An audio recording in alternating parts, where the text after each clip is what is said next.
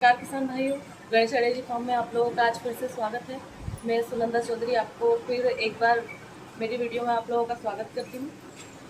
आज की जो हमारी वीडियो का टॉपिक है वो है कि आज जो भी किसान भाई डेयरी फार्म करते हैं तो अक्सर कंफ्यूज रहते हैं कि हमें भैंस रखना चाहिए या गाय रखना चाहिए, और जो किसान भाई स्टार्ट करना चाहते हैं उन्हें भी कंफ्यूजन होता है कि भैंस रखें या गाय रखें।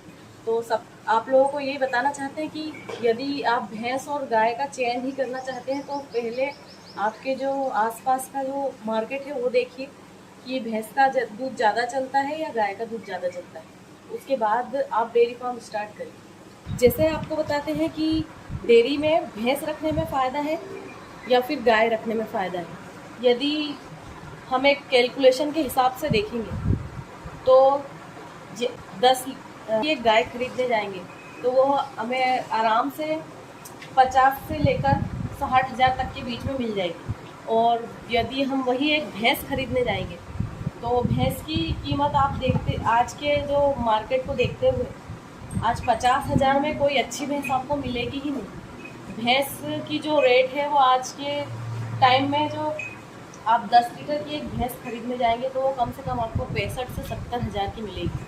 और वो 65 से 70,000 की भैंस आपको कितने दिन दूध देगी, उसका जो मिल्क पीक है वो केवल 2 महीने का होगा, 1.5 से 2 महीने का जो उसका फुल मिल्क पीक होता है वो होगा।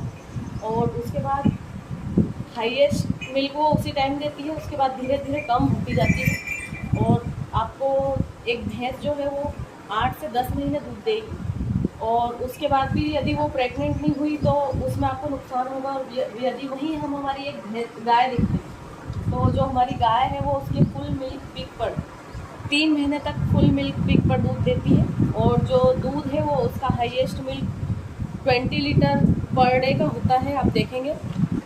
और उसके बाद खिलाई पर जाते हैं तो खिलाई आप यदि एक भैंस रखेंगे तो उसकी ज़्यादा खिलाई होगी गाय के मुकाबले, गाय उससे आधा खाएगी।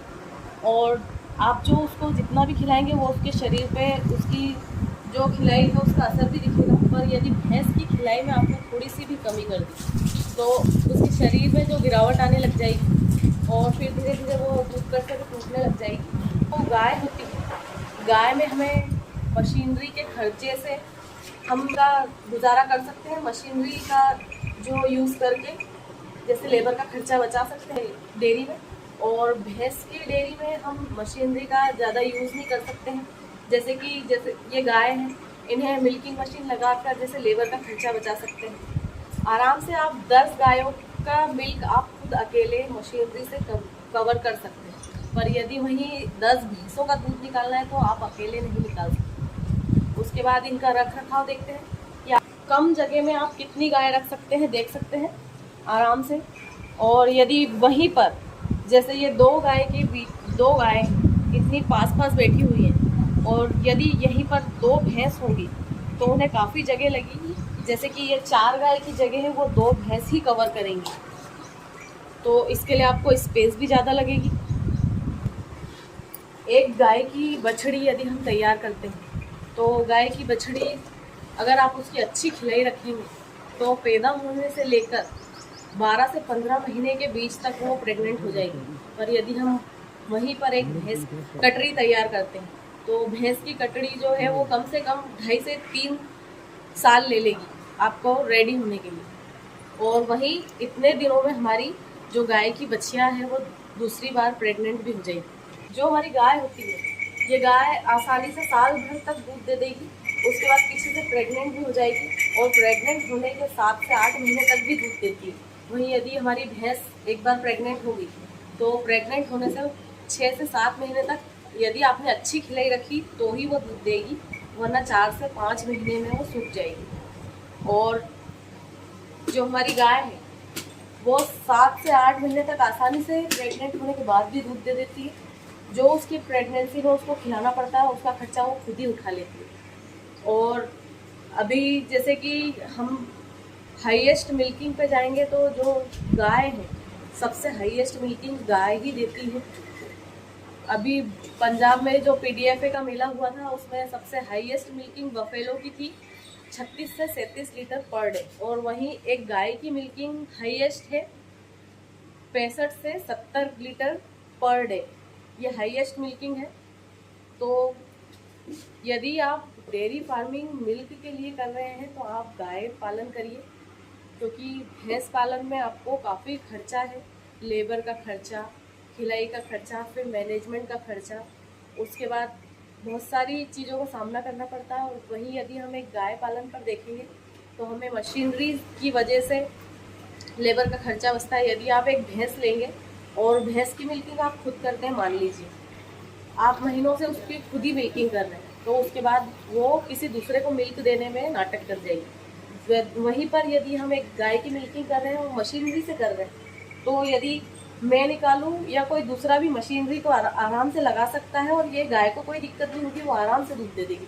पर यदि वहीं मैं किसी एक भैंस का दूध अपने हाथों से निकालूं और 6 से 7 महीने तक मैंने मेरे हाथ से उसका दूध निकाला, उसके बाद यदि कोई दूसरा उस भैंस का दूध निकालेगा तो भैंस दूध नहीं देगी। ये समस्याएं आती है भैंस और गाय के, जो अपन बराबरी कर रहे हैं तो भैंसों में ये समस्या आती है और गायों में ये सुविधाएं होती है।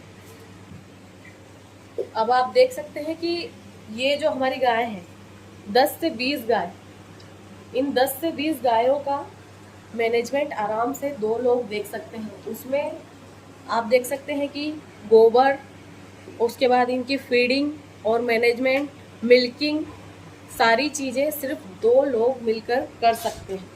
और वहीं यदि हम 20 भैंस के ऊपर जाएंगे तो 20 भैंस का केवल 2 लोग मिलकर इतना मैनेजमेंट नहीं कर सकते।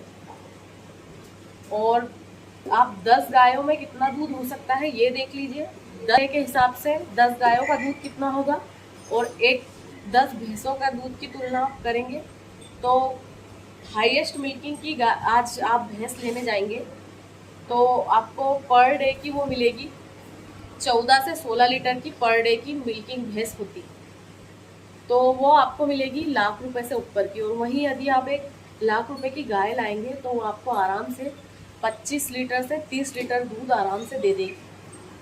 गाय आराम से पेट भर लेती है और भैंसों को ज़्यादा फीडिंग की ज़रूरत होती है। उसके बाद हम इन्हें ट्रांजैक्शन फीड देकर भी इनका दूध निकाल सकते हैं, पर जो भैंसें होती है उनको केवल ट्रांजैक्शन फीड से दूध नहीं बनेगा, उनके लिए हमें खली और दूसरा बाटा वगैरह सब चीज़ की ज़रूरत होती है। जो यदि आप खली महंगी है तो आपको भैंस को खिलाना ज़रूरी है, पर यदि हम खली महंगी है तो अभी हम गाय को नहीं भी खिलाएंगे तो भी ये ट्रांजैक्शन फीड से दूध दे देगी।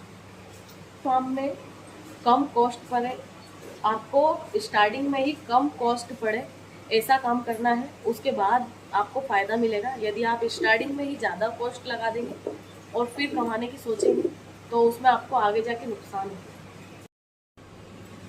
काऊ की डेयरी फार्मिंग में थोड़ा सा मेडिकल का खर्चा ज़रूर होता है, पर मेडिकल का खर्चा भी करना ज़रूरी है, क्योंकि जब इतना इतना गाय दूध देती है इनके शरीर से कैल्शियम जाता है, तो हमें मिनरल्स, कैल्शियम, ये सारी चीज़ें देना बहुत ज़रूरी होता है।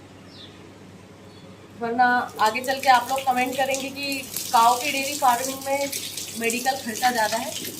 मेडिकल खर्चा ज़्यादा है पर इनकम भी काऊ की डेयरी में ज़्यादा है। आज दूध का रेट भी देखेंगे तो गाय और भैंस के दूध में अब ज़्यादा फ़र्क नहीं बचा है रेट में। जैसे पहले 10 से 15 रुपये लीटर गाय का दूध जाता था, पर आज आराम से गाय का दूध अगर हम फैट पे भी नापेंगे तो आपको 32 से 35 रुपये आराम से पड़ जाएगा।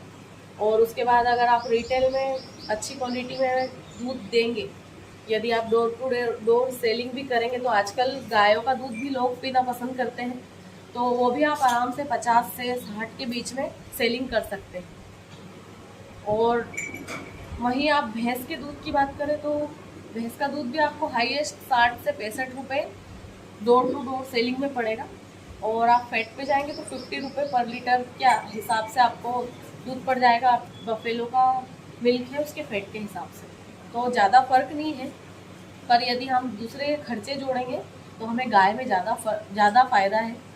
तो यदि आप लोगों को मेरी वीडियो पसंद आई हो तो लाइक, शेयर, सब्सक्राइब ज़रूर करिए। बस यही एक छोटी सी वीडियो थी आज आप लोगों के लिए कि डेयरी फार्म स्टार्ट करना है तो गाय पालें या भैंस पालें। जैसे हमारा जो एक्सपीरियंस था वो आप लोगों के साथ शेयर किया है, क्योंकि हमें तो गायों में ही फ़ायदा है, तो इसलिए आप लोगों को गायों के बारे में ही बताया है। तो चैनल देखने के लिए आप लोगों का बहुत बहुत धन्यवाद। Thanks for the watch.